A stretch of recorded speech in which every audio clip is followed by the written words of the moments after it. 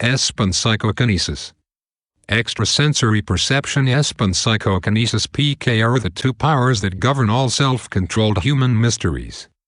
Esp is the ability to feel or understand events which are not apparent to the standard five senses, whereas psychokinesis is a natural force which can be used to physically affect the world, without there being any physical contact.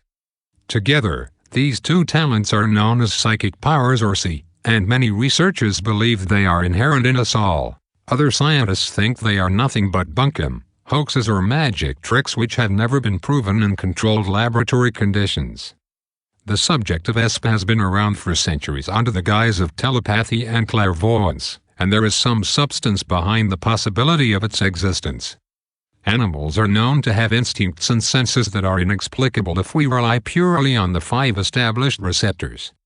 For example, trained dogs can feel when an epileptic person will have a fit, and can give the sufferer enough of a warning for medication and safety precautions to be taken. Advocates of human Esp suggest we have similar powers ingrained with natural instincts, but our modern, comfortable lifestyles have allowed them to become dormant and unused. The first scientifically tested experiments to investigate the subject of Esp were conducted by Joseph Banks Rhine in the 1930s. Rhine was a scientist at Duke University in Durham, USA, and developed the now archetypal Esp testing, card-guessing game. Rhine would ask the subjects in his experiments which one of 5 cards he was holding it would either show a circle, a square, a plus sign, a star or 3 wavy lines. The pack would contain 25 cards, and the success rate of the subject compared to the pure statistics of probability gave a reading of whether some external, unknown sense was at play. Rhine concluded that Esp was a genuine phenomenon that could be affected by the human involved in the experiment. He discovered that if people were relaxed and comfortable, their success rate would improve, but if those being tested were bored, scared or simply disliked the notion of Esp, their results would actually be worse than probability. Character and situation are said to have great bearing on individual Esp sensitivity. Particularly stressful or traumatic scenarios are believed to encourage much more receptivity to instinctive senses. Those who call themselves psychics are said to be naturally in tune with their inherent powers, and can feel unexplained sensations as easily as normal people receive the known 5. These psychics are often the brunt of scientists' most fierce skepticism. Many researchers, who utterly disbelieve the notion of psy, point to the long history of so-called psychics being revealed as charlatans, con men or illusionists. Similarly, they question every aspect of the controlled experiments used to prove the existence of Esp and point to the fact that successful tests are often unrepeatable.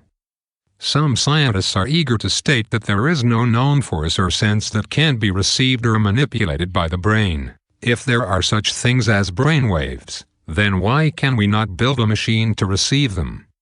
It must also be highlighted that Esp tests can be proven successful just by pure luck playing a part, whereas psychokinesis experiments are far less susceptible to chance. Either people involved in psychokinesis experiments can make things move psychically or not, and any positive result would be a sensation.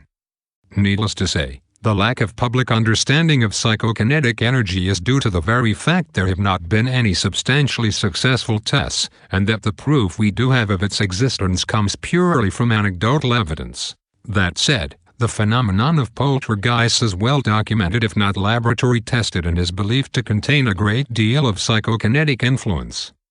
Certainly, many traditional biologists and physicists would refute the existence of any forces that are not explained by known science, and when such powers are reinforced by dubious evidence, their credibility is questioned further. However, the public perception of psy ability is quite different, and recent surveys have shown that 2/3 of American adults believe they have experienced some occurrence of Esp. In many ways, the subject is akin to the question of God, or the human soul. Are there actually forces we can feel and control, but which our intelligence cannot yet understand?